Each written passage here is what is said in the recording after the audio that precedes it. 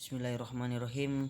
Assalamualaikum warahmatullahi wabarakatuh. Perkenalkan, nama saya Muhammad Rizal Sidik, kelas PAI 5C, Universitas Muhammadiyah Makassar.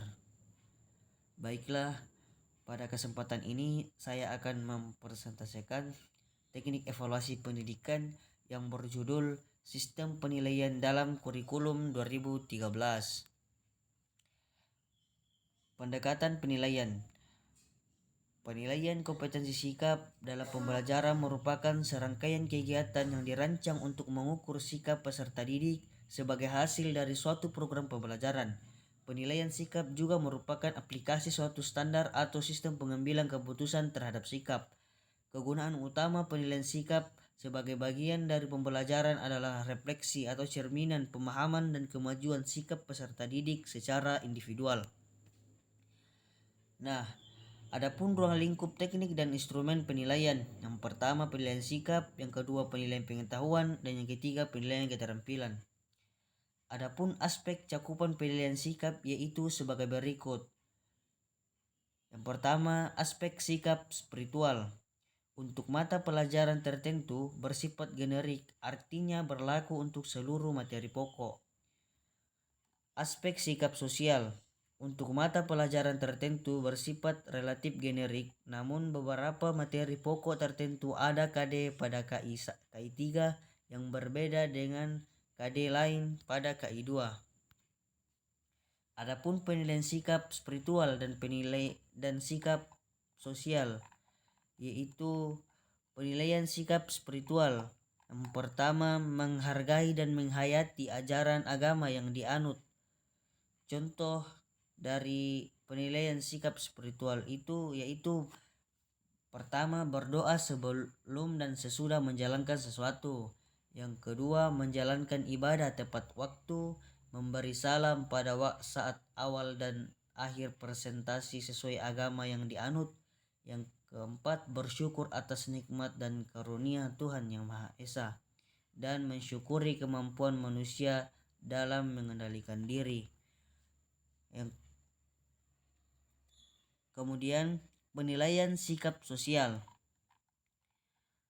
Yang pertama, jujur. Jujur adalah perilaku dapat dipercaya dalam perkataan, tindakan, dan pekerjaan.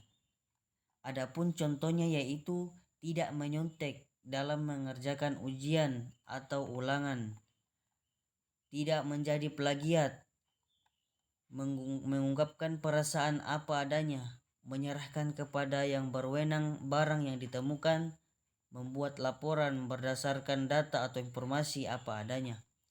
Yang kedua, disiplin. Disiplin adalah tindakan yang menunjukkan perilaku tertib dan patuh pada berbagai ketentuan dan peraturan. Contohnya, datang tepat waktu, patuh pada tata tertib atau aturan bersama sekolah, mengerjakan atau mengumpulkan tugas sesuai dengan waktu yang ditentukan, mengikuti kaidah berbahasa tulis yang baik dan benar.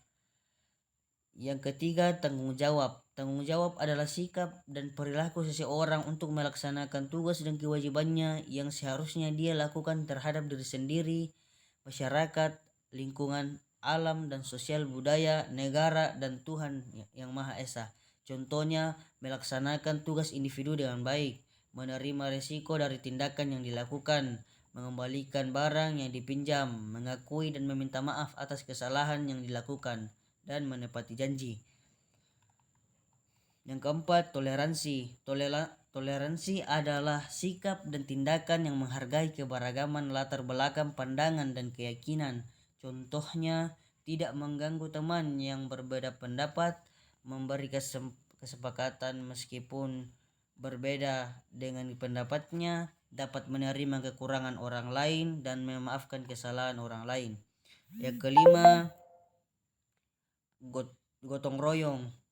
Gotong royong adalah bekerja sama dengan orang lain untuk mencapai tujuan bersama dengan saling berbagi tugas dan tolong menolong secara ikhlas. Contohnya, terlibat aktif dalam bekerja bakti membersihkan kelas atau sekolah, kesediaan melakukan tugas sesuai kesepakatan, bersedia membantu orang lain tanpa mengharap imbalan, aktif dalam kerja kelompok. Yang keenam, santun. Santun atau sopan adalah sikap baik dalam pergaulan, baik dalam berbahasa maupun bertingkah laku. Norma kesantunan bersifat relatif, artinya yang dianggap baik atau santun pada tempat dan waktu tertentu bisa berbeda pada tempat dan waktu yang lain. Contohnya yaitu menghormati orang yang lebih tua, tidak berkata-kata kotor atau kasar dan takabur, tidak meludah di sembarang tempat, tidak menyela pembicaraan pada waktu yang tidak tepat, mengucapkan terima kasih setelah menerima bantuan orang lain. Dan yang terakhir yaitu percaya diri. Percaya diri yaitu kondisi mental atau psikologi seseorang yang memberi keyakinan kuat untuk berbuat atau bertindak. Contohnya yaitu berpendapat atau melakukan kegiatan tanpa ragu-ragu, mampu membuat keputusan dengan cepat, tidak mudah putus asa, tidak canggung dalam bertindak, berani presentasi di depan kelas, berani berpendapat, bertanya atau menjawab pertanyaan. Adapun teknik dan instrumen penilaian sikap terdiri dari penilaian kompetensi sikap. Ada 4, yaitu observasi, penilaian diri, penilaian antar peserta didik, jurnal. Nah, observasi merupakan teknik penilaian yang dilakukan secara berkesinambungan dengan menggunakan indera, baik secara langsung maupun tidak langsung, dengan menggunakan instrumen yang berisi sejumlah indikator perilaku yang diamati. Observasi langsung dilaksanakan oleh guru secara langsung tanpa perantara orang lain, sedangkan observasi tidak langsung dengan bantuan orang lain seperti guru lain, orang tua, peserta didik, dan karyawan sekolah. Yang kedua, penilaian diri atau disebut self assessment. Penilaian diri merupakan teknik penilaian dengan cara meminta peserta didik untuk mengemukakan kelebihan dan kekurangan dirinya dalam konteks pencapaian kompetensi. Penilaian antar peserta didik. Penilaian antar peserta didik merupakan teknik penilaian dengan cara meminta peserta didik untuk saling menilai terkait dengan pencapaian kompetensi. Instrumen yang digunakan untuk penilaian antar peserta didik adalah daftar cek dan skala penilaian atau rating scale dengan teknik sosiometri berbasis kelas.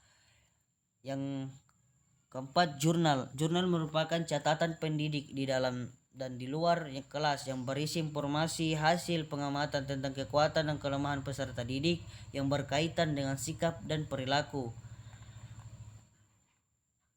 Adapun penilaian kompetensi pengetahuan, yang pertama tes tulis, tes yang bersifat tertulis, dan tes lisan, tes yang berupa lisan, dan tes pengetahuan. Selanjutnya, penilaian kompetensi keterampilan.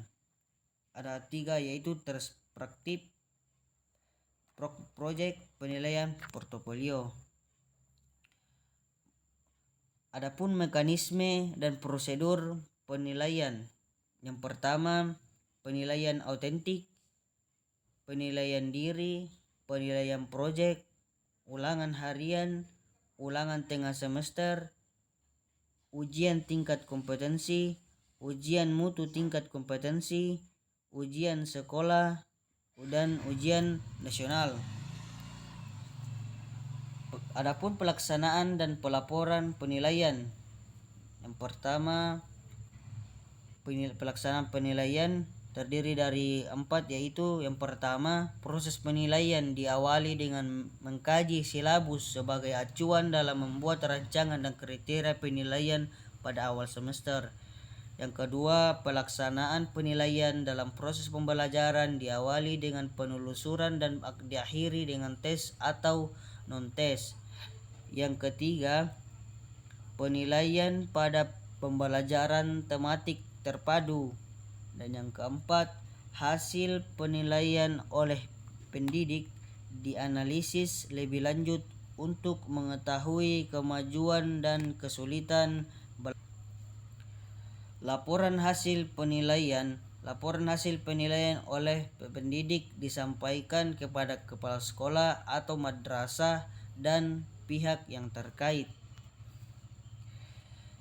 Dan yang terakhir, karakteristik penilaian ada 5, yaitu yang pertama belajar tuntas, kedua autentik, yang ketiga berkesinambungan, yang keempat berdasarkan acuan kriteria, dan yang terakhir menggunakan teknik penilaian yang bervariasi.